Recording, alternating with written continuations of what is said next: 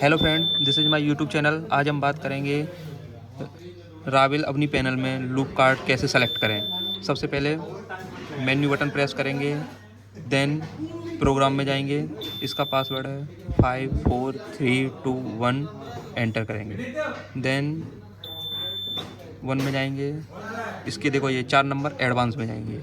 इसका पासवर्ड होता है 654321 और एंटर।